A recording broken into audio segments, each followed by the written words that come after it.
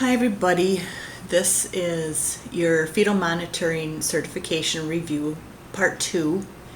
I wanted to put together a quick review and get it out there so that you have that.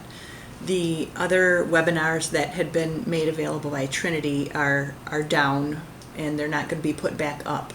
So I'm going to review all of the material that was covered before in those other webinars in this part 2, and also part 3, which will be up soon. I also put together handouts that are available to you, so you can print those out and follow along, make some notes as I go over the material. I wish I could see and interact and answer any questions, but I think with the short amount of time that we have to do this, you can follow through these and use some of the other study materials. I think you'll be good to go. I'll highlight most of the things that I found were on the exam when I've taken it and when other people have taken it, and make sure that I hit those extra hard so you know what to expect. So let's get started. My name is Martha Jonason, and I'm Clinical Resource Specialist for OB and Pediatrics, and this is my Fetal Monitoring Certification Review Part 2. When you're going through and looking at your tracing, you want to describe each part of it, your uterine contractions, your baseline heart rate, your baseline variability, presence of accelerations, whether there's periodic or episodic decelerations, and changes or trends over time. So what's the evolution of your strip as you're seeing this labor progress? What's happening? If you can commit this to memory, you will be in good shape for the exam. Each category has describable items, and if you have those, then you can be certain that what is the category of your strip will be, and that will be the answer on the test. Your normal strips, Category 1, all of these items are required. So you have to have moderate variability. You have to have a normal baseline rate, meaning between 110 and 160.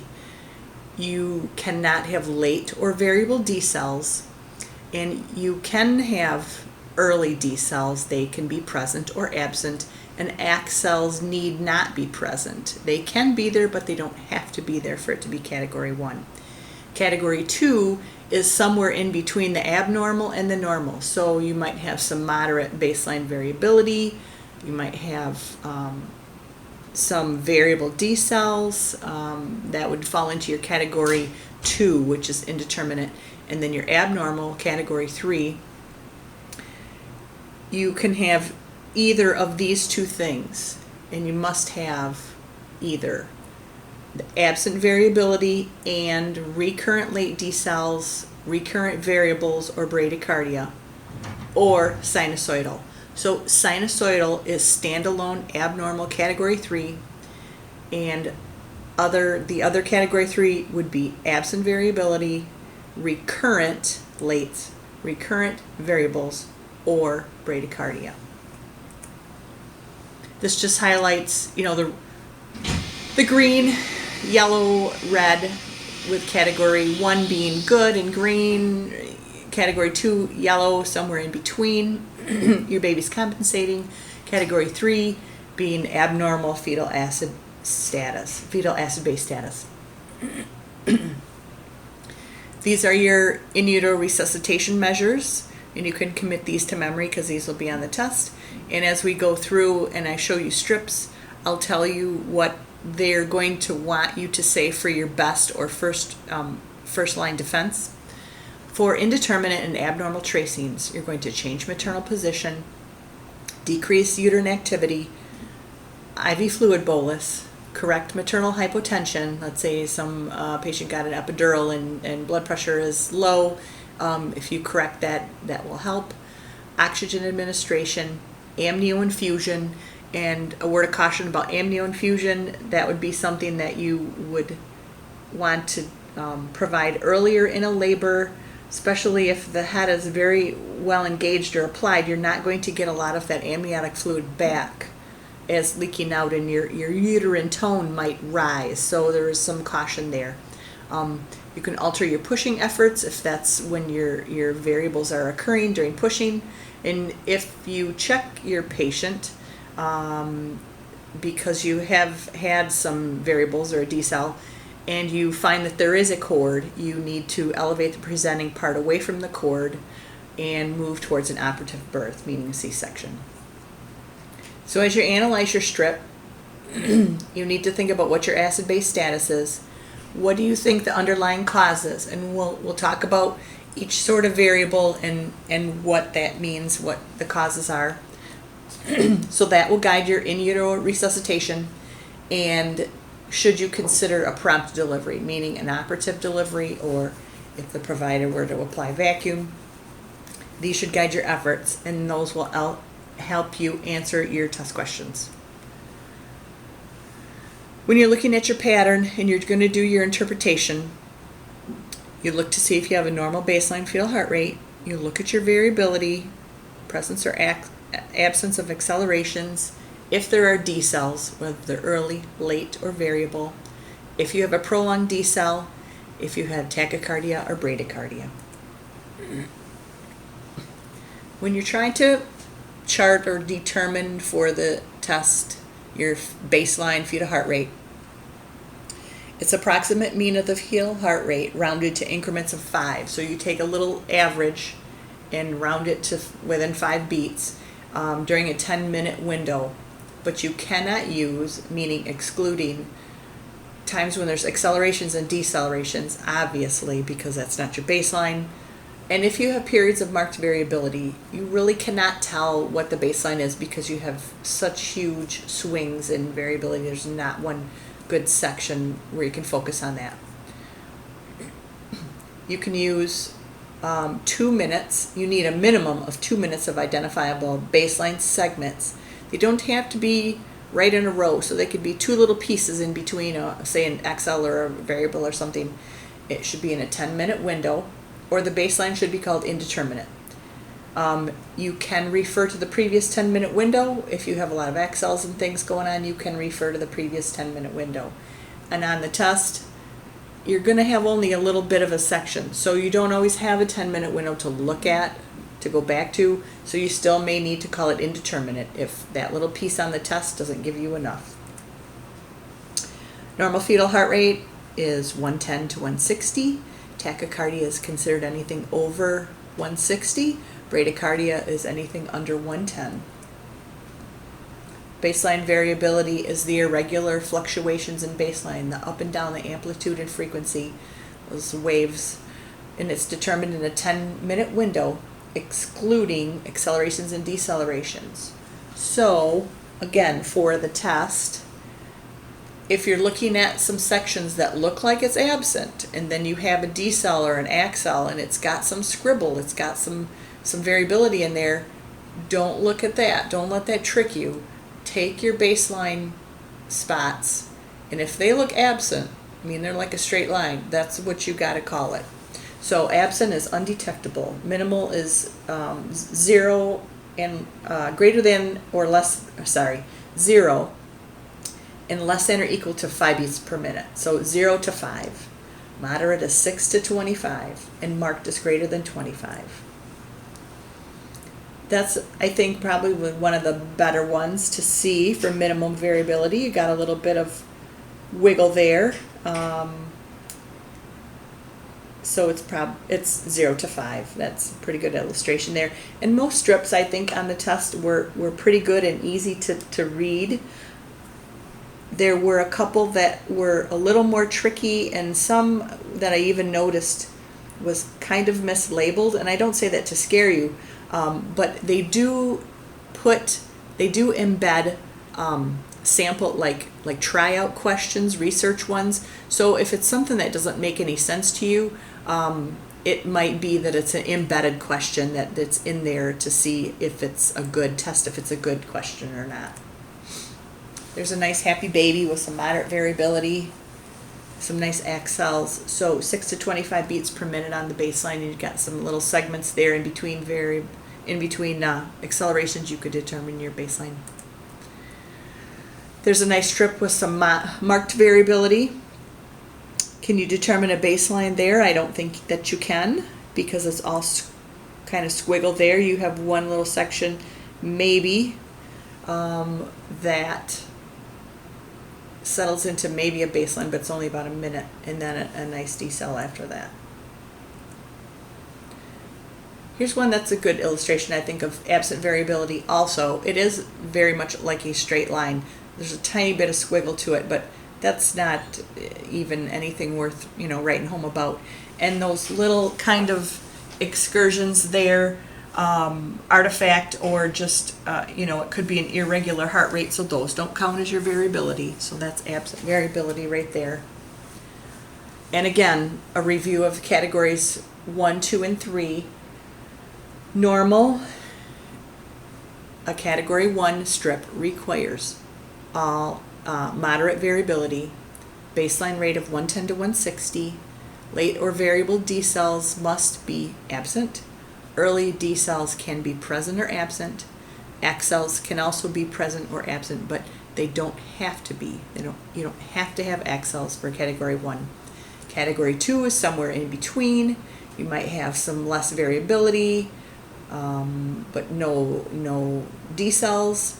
And then abnormal, you have absent variability with recurrent lates, or recurrent variables, or bradycardia. So absent variability with recurrent decels, and standalone abnormal, sinusoidal. That's category 3. An acceleration, by definition, is a visually apparent abrupt increase, and onset to peak is less than 30 seconds above the baseline. And it peaks, the peak has to be greater than or equal to 15 beats per minute and last for 15 seconds. So a 15 by 15 acceleration, and that's for any baby over 32 weeks, and we'll talk about that a little bit later. A prolonged acceleration is greater than or equal to 2 minutes long, but it would be less than 10 minutes, because then you have to consider it either a baseline change if it's longer than 10 minutes, or tachycardia. Here's what I was talking about just 2 slides ago. Fetal heart rate accelerations for a baby that's less than 32 weeks gestation, the peak is greater than or equal to 10 beats per minute and lasts for 10 seconds. So a 10 by 10 accel is considered a normal acceleration for 32 weeks, for under 32 weeks. Although there are times you've seen in practice where you get 26 weekers or 28 weekers where they can make the 15 by 15 acceleration. So for the test, the answer would be for 32 weeks and less, they only need 10 by 10, unless they've proven otherwise, then they're held to that higher standard. But they did ask a couple questions about 32 weeks, and the answer is 10 by 10. If you perform a scalp stim or an acoustic stim on a baby who seems to have gone into a prolonged sleep phase, and you're a little bit concerned that maybe there's something going on, if you can get a positive response with some kind of stimulation where you get an acceleration here, you can be reassured that the pH of the baby is greater than 7.19, and I do recall there being an exact test question about that. If you get a positive reaction to some sort of stimulation, your pH is at least what? So that was on there. So take a breath, gaze into this beautiful beach vista, and probably if you need to take a quick break, it's a good time to do that. So we'll go on to the next amounts of decelerations. Fetal heart rate decelerations are categorized based on the waveform or the shape, whether they're abrupt or gradual, and their timing relative to the contraction.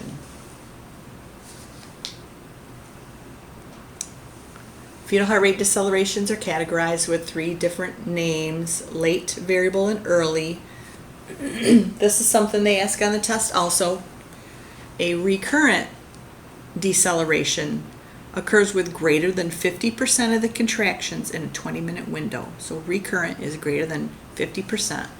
Intermittent is they happen less than 50% of the time of those contractions in a 20-minute window. Early decels, I feel like people have the hardest time with these. They call earlies lates and lates earlies, and it seems to happen a lot. But they are visually apparent, they're gradual, they return to baseline associated with the uterine contraction. The nadir, or the lowest time, the lowest point of the deceleration, occurs at the same time as the peak, so within the peak of the contraction. And in most cases, the onset, nadir, and recover almost coincide with the beginning and the end of the contraction. And I think sometimes you do get a little later recovery on those, and that might be why people call them late. But if you look at the lowest point of this deceleration here, and you just draw a straight line, you can see that it occurs sometime during the peak. And the other one further back, it's a little later in the peak, but it's still within the peak. So that's how you look at those. Physiology behind early deceleration is that the baby's head is being compressed. So you get some fetal head compression, altered cerebral blood flow, and that causes a vagal response in the baby. So the baby slows down its heart rate. So for the test, remember that early decelerations, let me go back. Early decelerations are from fetal head compression. So that's your test question answer. Fetal head compression, early decels, vagal response. Late decelerations, they're visually apparent, usually symmetrical and gradual, and they mirror the contraction also, and are associated with the uterine contraction. But there is a delay in their timing, meaning their lowest point, or their nadir, is after the peak of the contraction. And oftentimes the onset, nadir, and recovery occur after the beginning, peak, and ending of the contraction. So if you go to this one, which is a little smaller one, but for me it seems like it's easier to see. The nadir, if you draw the straight line down, it's quite late into that contraction. And the same with this, like thinking that this is probably the lowest point, and you go down and it occurs very late in that contraction timing. Physiology that's going on during that sort of contraction is utero-placental insufficiency. So as you're looking at this little cotyledon here, and maybe you've got a smoker mom or someone that's had some high blood pressure, and you get some calcification in there, you're not getting very good exchange as that patient has contractions, that is cutting off the blood supply. It's a vasoconstriction on that vascular unit, deprives that baby of blood. So that is causing that deceleration. So for the test, again, if you have a late deceleration and they want to know what's the primary cause of that, it's a bad placenta, utero-placental insufficiency, or better to say not very good perfusion of the placenta. Here's some beautiful lates there, nice right ones in a row. It's quite a lot of contractions, might even be tachysystole, but pits turned off there, and position change and some other interventions. And even just if you have some tachysystole going on, you would be compromising, the placenta if it doesn't return to baseline or relax completely and refill those sinuses, those cotyledons. You're gonna eventually, you might have some lates because of that, because you're just really compromising that placenta. Some beautiful ugly ones right there. Obviously with with that very limited variability and late decels, you have a category 3 there.